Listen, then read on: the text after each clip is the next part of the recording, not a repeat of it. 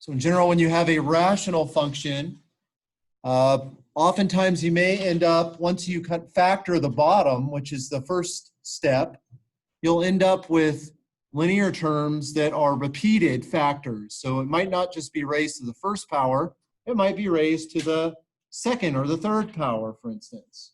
Okay?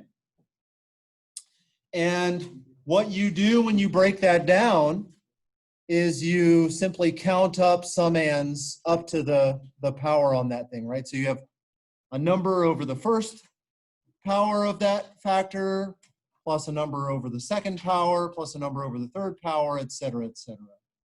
That's how this goes.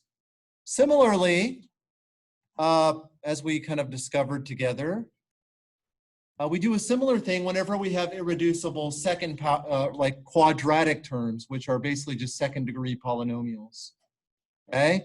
If we have repeated factors there, we simply count them up to the power that happens to be there. But the difference is the numerator has an x term in it, yes?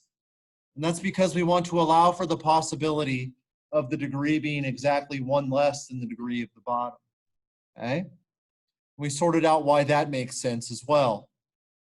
And then we kind of finished, there's this last, number 6 thing right here that says, using convenient values of x or equating coefficients of like terms, you solve for the unknown constants. Okay? That's basically summarizing the 2 techniques I laid out for you. One is the plug-in method, and the other one is equating coefficients method. And that's it.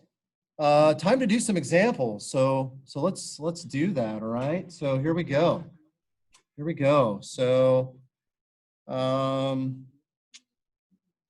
do I want to do here? Well, I want to share this whiteboard, and we're going to do some examples. Okay. So first of all, and this one's for you to kind of work on your own. Okay, I want you to calculate this integral. Okay, integral of 4x squared plus 2 over, all right, x. Okay, look, I'm actually going to go ahead and give this thing to you in factored form, so you can just start right in. Okay, if it wasn't factored, you just know that you need to factor it. Yeah, so it's going to be x minus 1, x minus 3, and x plus 4. Dx. Okay? So I'm going to turn you loose on this for about, 7 to 10 minutes or so.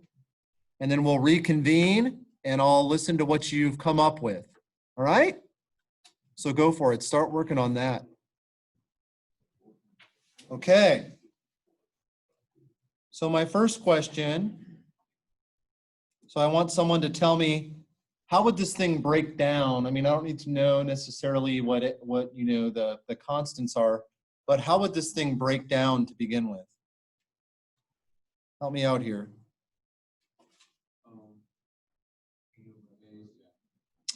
Okay, yeah, some number over x minus 1 plus, right? And x minus 1 is not raised to a power higher than 1, so I don't need to like walk these things up, right? I don't need to go to the first, to the second, etc. It just stops at 1. B over x minus 3. Then what else? Yeah. Now here's the thing. You can actually write down the answer right now. Realize that? I mean, you don't know what A, B, and C are, but you could write down the answer right now. Correct? So, I mean, that's something that you should maybe get in the habit of doing. So I could say, look, whatever A is, it's a number. And so what would the antiderivative of the first summand be? Yeah. And similarly, it would be B, ln absolute value of x minus 3 plus C, ln absolute value of x plus 4, yeah, plus a constant, right? And I'm going to use K for the constant because I'm using up C right now. Does that make sense? Okay, this is K for the constant. All right. But my next question has to do with what are A, B, and C? So can somebody help me with that? How do I figure out A, B, and C? What's the strategy? Sure, right.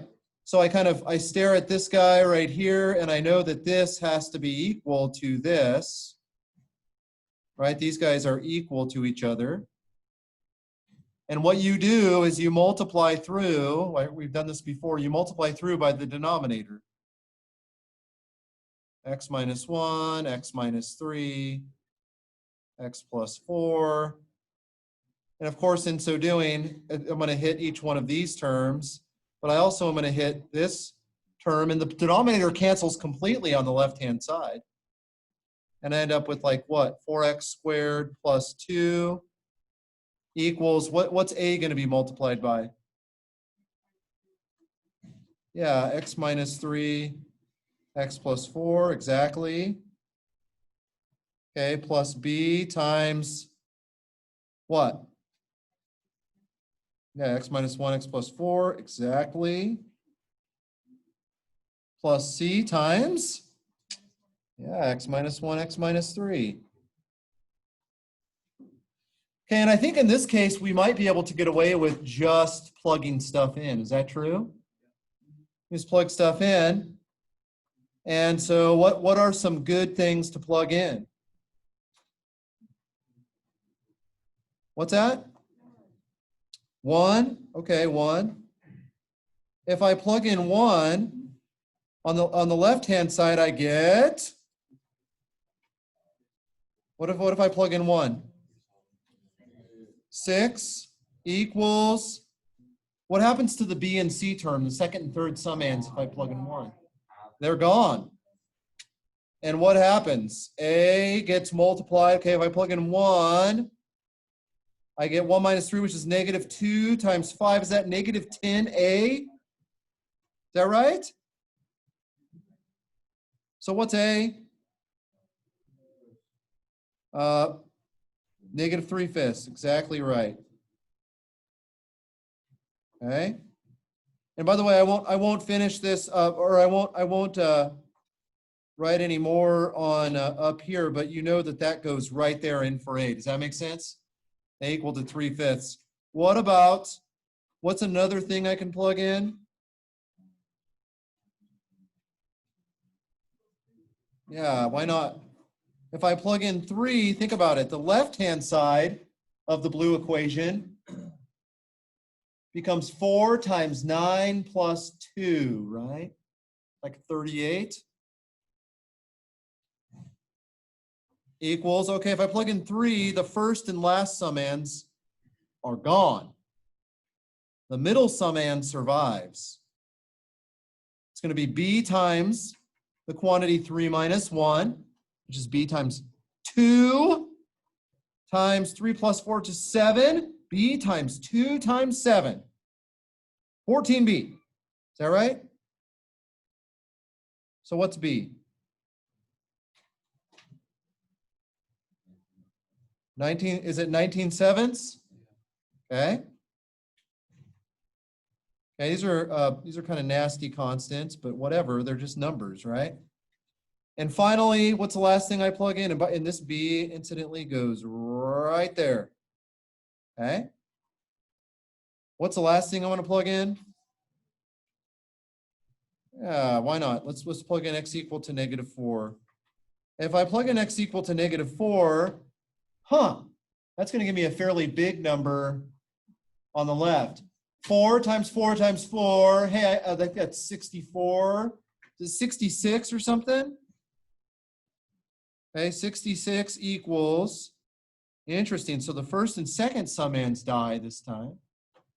And I end up with negative 4 minus 1, which is negative 5, times negative 7. Is that right?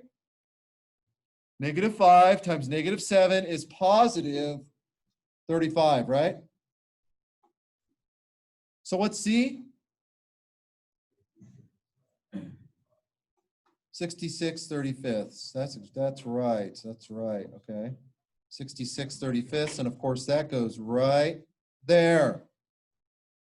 And we're in business. Okay. I'm not going to sort of rewrite this thing. But one thing I want you to get used to is don't stall. If you can't do the algebra, fine. At least you can write down the answer with sort of these unknown things. That makes sense? To me, that's like you're like 75, 80% of the way home at that point. It's just a matter of doing a little bit of algebra to find out what A, B, and C are. Yes, sir. You had your hand up in the back there? Yeah. So you said, did you say yesterday that if we compare coefficients, that would always work? It should, yes. So how would we? How would you compare coefficients here? Just multiply through all the way. Right. So look, I'll show you. This is a good one to kind of work ourselves into a frenzy on. So let's see. So what did I have on the left-hand side? It was like 4x squared plus 2 is equal to A times, what was it? It's x minus, what, say again? X minus 3, x plus 4, plus B, x minus 1, x plus 4, plus C, x minus 1, x minus 3, is that right? All right, so look, you just have to kind of think about this. Like you have to think about what would happen if I were to multiply this out, okay? That if I multiply that, that's x squared minus 3x plus 4x is plus x minus 12, right? That's what that would be if I were to multiply it out. What about this guy right here? Well, x squared plus what? That's going to be plus 4x minus x is plus 3x minus 4. I'm just doing a little bit of algebra here, right? And this guy right here is like going to be x squared minus what? Minus 4x plus 3. So I ask you, I also have to think about distributing, correct? Because I mean, really, these things should be parenthesized. I have to think about distributing A, and I have to think about distributing B, and I have to think about distributing C. You know what I'm saying? So what happens if I do that? I'm going to have an x squared term with what attached? A plus B plus C. Okay, so there's x squared plus, okay, what's the x term going to be? Think about it. What's the x term going to be? You're going to get an ax plus 3bx. I'll just write it as, I'll write the 3b. I'm factoring out the x as we speak. Plus 3bx minus 4c all times x. And then finally, I have the constant term. And what is the constant term in this case? All right, plus, just to make it clearer, plus what? Negative 12a minus 4b plus 3c. And what are the equations that I get? So look, I look at the x squared term. There's an invisible little plus 0x in here, if you think about it for a second, yes? And then I have to write down the requisite equations. One of them is that 4 has to be equal to what?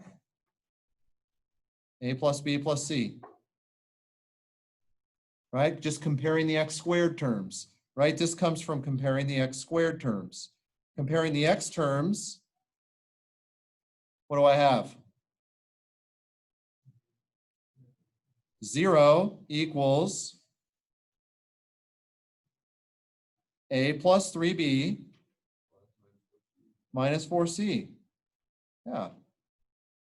Finally, 2, this is from the constant term, right? So let me just say that's x to the first. How about the x to the 0 term, which is the constant? That means here I would have that 2 has to be the same as negative 12a minus 4b plus 3c. And now it becomes kind of like an annoying, and yet doable algebra problem. I have 3 equations and 3 unknowns. Know what I'm saying? Like I could use the first equation, for instance, to solve for A in terms of B and C.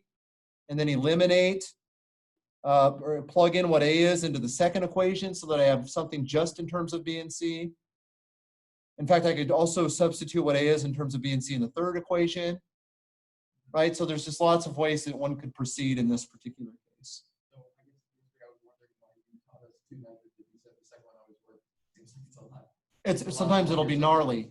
That's why. Does that make sense? So like it's worth it to maybe get one of the numbers at least from plugging something in, so that you then don't have to do as much work on the algebraic side. Okay? So what I would say is there's some algebra that would have to happen, and then you would end up with our, A equals B equals C equals thing going on here. Yeah? Yes? Yeah. So then are we going to do examples where plugging in would not work? Yeah. Okay. Yeah. Yes. So it really wouldn't help us too much for this problem, but is it legal or helpful, I guess, to find one of the constants like A and then Yes. That's what that's why I said if you plug in, you want to plug in as much as possible so that you know one. Then that in effect makes the system of equations less complicated. Because right now I have 3 equations and 3 unknowns. If I figure out what A is just by plugging stuff in, then I've in essence eliminated A from the equations. Now I have way more information than I need. I have 3 equations and 2 unknowns at that point. Okay? So it would be much easier to deal with. So plug in to get rid of as much stuff as possible. Okay? Good questions. Other questions?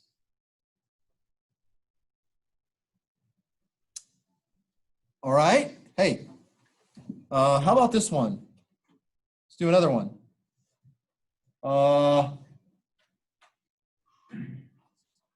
Integral of 2x squared plus x plus 8 all over x squared plus 4 squared dx. Okay? And this one I'm going to let you think about for like a full 10 minutes. Okay? And we'll reconvene and deal with this. By the way, this is already factored for you, but I just want to make sure you're on top of things here. What is the full degree of the bottom? If I were to multiply the bottom out, the full degree would be 4. So, and that exceeds the power upstairs, so I don't have to do any preliminary division. Does that make sense? Okay, so I just want to make sure you're on top of that. Okay. So I'm going to give you a full-throated amount of time to work on this. All right. Let's slay this beast.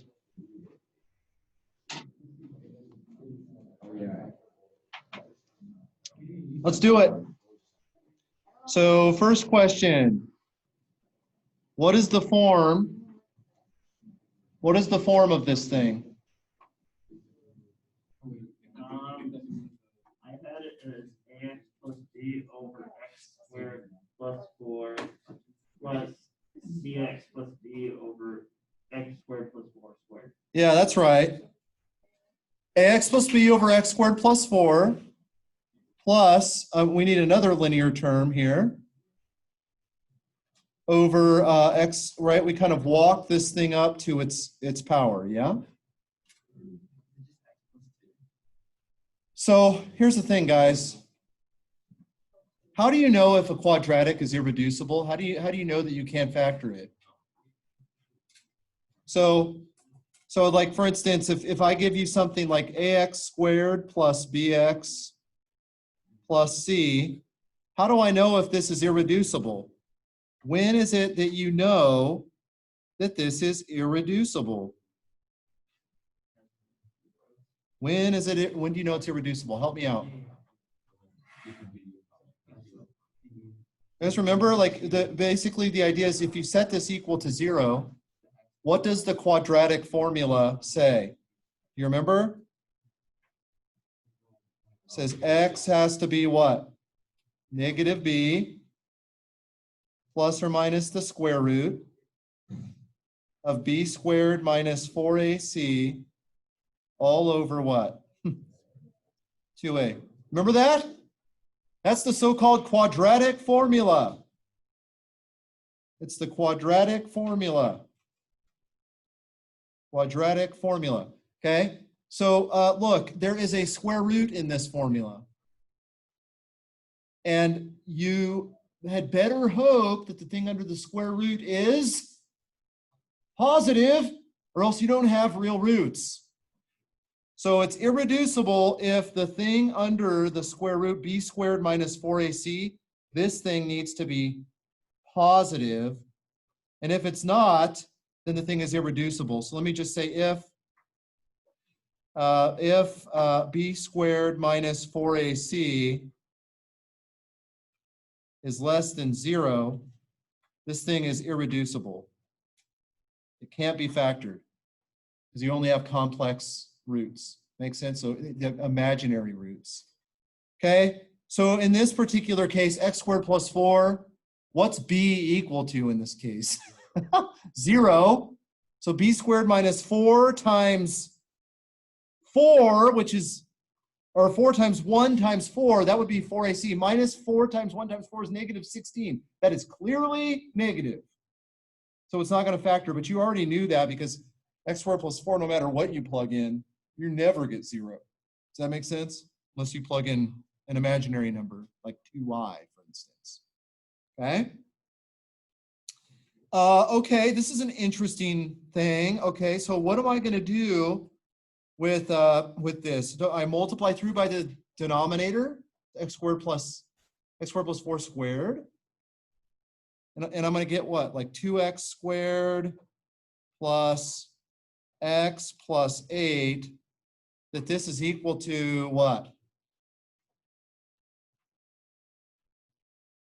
If I multiply through by the denominator, I know that 2x squared plus x plus 8 has to be equal to ax plus b times what? Yeah, that's right. Plus cx plus d times what? Nothing. Make sense? Now, I could start plugging stuff in if I really wanted to. Okay. So what sorts of things might be, I guess, convenient to plug in? I could just plug stuff in and get some equations if I really wanted to. Yeah, can you guys think of some things that might be convenient to plug in? Yeah, 0 is a good idea, no question. 0, yeah. So if I plug in x equal to 0, what sorts of information do I get? Well, on the left, I get like 8 equals, what do I get? 4b plus d. You see that? Are there other things that people plugged in? Oh, look, I at least know a relationship between b and d. Is there other things that might be helpful to plug in?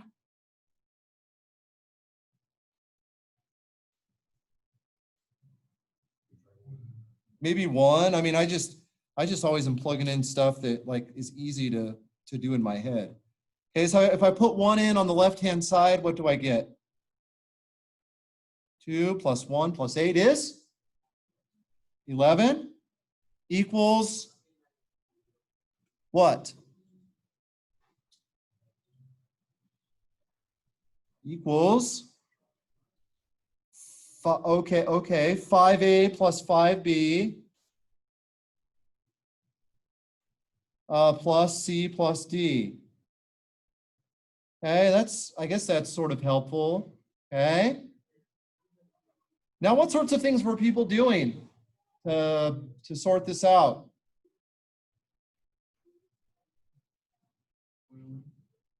Okay. So for instance, maybe you multiply this thing out. So for instance, what do I get here? ax cubed plus bx squared. Is there any other x squared term? No. Oh, wow. This is going to be helpful. Plus bx squared plus 4ax plus cx, which is, okay, plus 4a 4a plus c all times x when you multiply this out, right? And what's the constant term? Plus what? 4b plus d.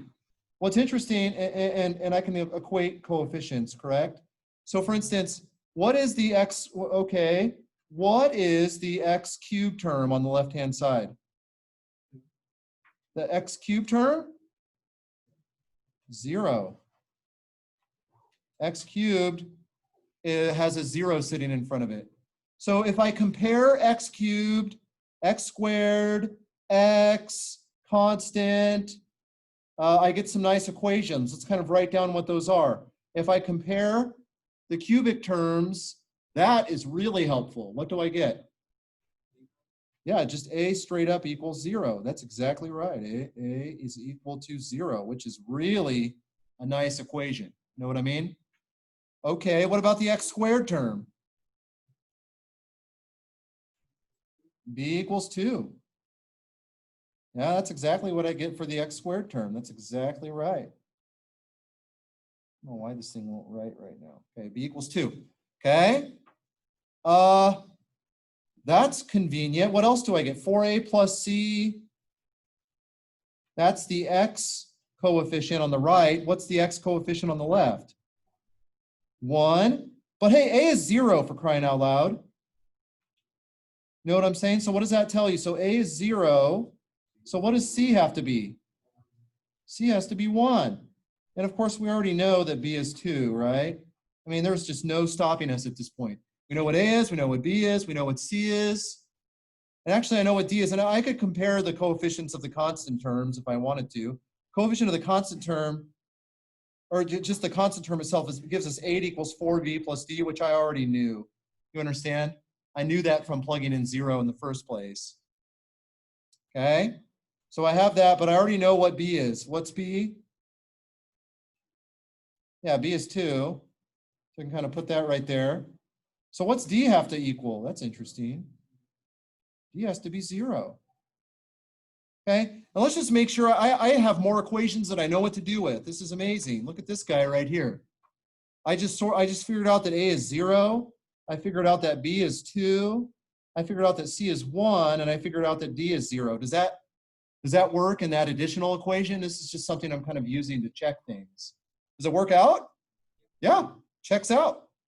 We're good to go. We know what a is, we know what b is, we know what c is, we know what d is. This is fantastic. Okay, so let's kind of go over to the next page and work this out. So really we got the integral of 2x squared plus x plus 8 over, what was it, x squared plus 4 squared dx. We just sorted out some stuff, didn't we? What was it on the previous page? We figured out what a was, what b was. Wasn't b 2?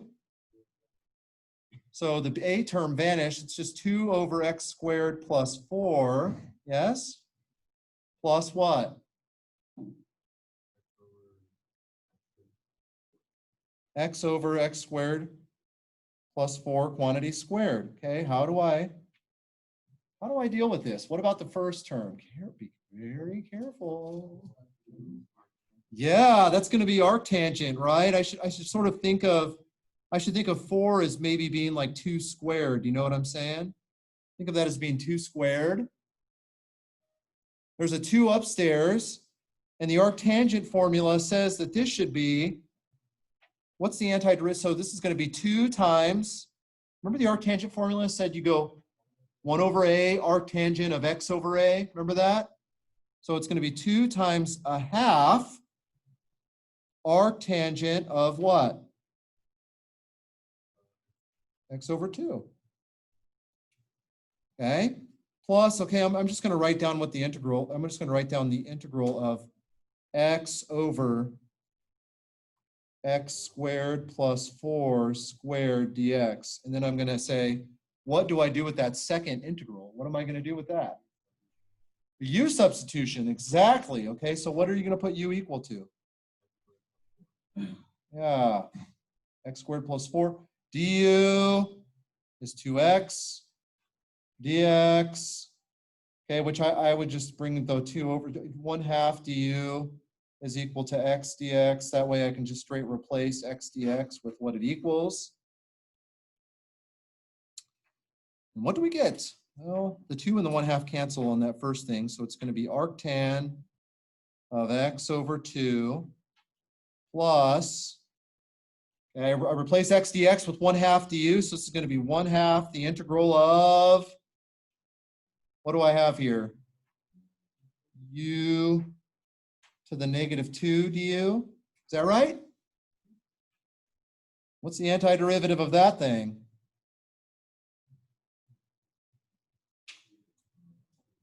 Arctan x over 2. What's the antiderivative of u to the -2?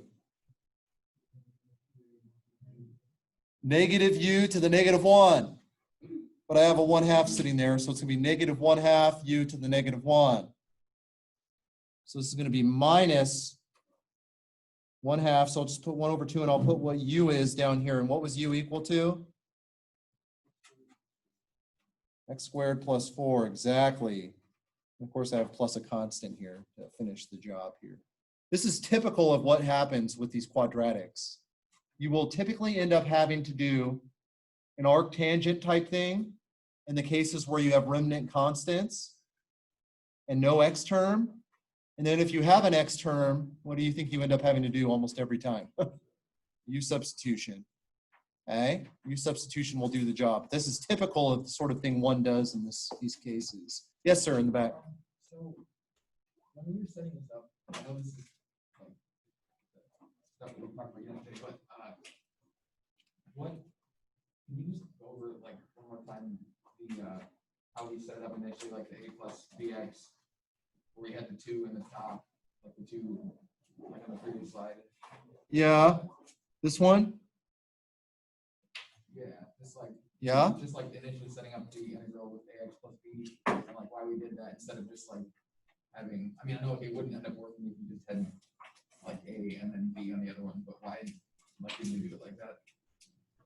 Well, because, well, one thing is what would just happen. We were actually able to find the antiderivative of each one of those. Like each of these, we can actually find the antiderivative of. But think about it. If I were to like multiply and divide the first thing by x squared plus 4, to like we've unadded these fractions and now we want to add them back together, what would I have to do to the first summand? Like if I wanted to add those 2 fractions together, what would I have to do to the first summand? Multiply and divide by x squared plus 4. And then think about what would happen if I multiplied everything out. What's the highest power of x that I could potentially create? Yeah, right. So the setting it up this way makes it possible to create any power of x up to 3. Does that make sense? Like if I were to re-add these things together, it makes it possible to create an x cubed term, yes? Because I would have to multiply and divide the first summand by x squared plus 4. It makes it possible to create an x squared term, an x term, and a constant term, yes? And the reason I set it up this way, there's other ways you could set it up as well. The reason I set it up this way is these guys, the forms of these guys make it easy to integrate in the end. Does that make sense? That's why you unadd things this way. Whereas the way that the thing is set up in the first place, 2x squared plus x plus 8 over all that, like I don't know what to do with that. I could actually handle the x and the 8 part probably. Yeah, like just the, or actually I could at least handle the x over that x squared thing. I could handle that. But the other stuff I wouldn't know what to do with it. But I immediately know how to do the thing in the red form. Does that make sense? That's kind of the motivation, what's happening.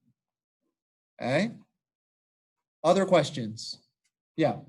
If it was just x plus 8 on the top, would we still use the ax plus b plus cx plus d, or would we just go back? Yeah, you would, right. Yeah, you would still have to do it because it's not very clear what to do with 8 over x squared plus 4 quantity squared. Does that make sense? If it was just x, what would you do? Just the a plus b. No, I mean, I wouldn't even do anything. what would you do if it was just x squared plus 4 squared and you just had x upstairs, like the 2x squared and the 8 were gone? I would just do a u substitution. You could do what you just said, but I'm telling you, you would discover, oh man, I should have just, like after solving for the constants, you would end up with the same exact thing. It would just be x over x squared plus 4 quantity squared, and you'd be like, what? And you'd say, oh, I should have just done a u sub at the very beginning. Does that make sense? But the problem is that 8, and the problem is that 2x squared, it's not clear what to do with those, which is why we resort to doing the decomposition the way we do. Other questions? Okay, you're going to get some practice on that on WebAssign for sure, but we are going to move on to improper integrals and L'Hopital's rule on Monday. Okay, this will be exciting.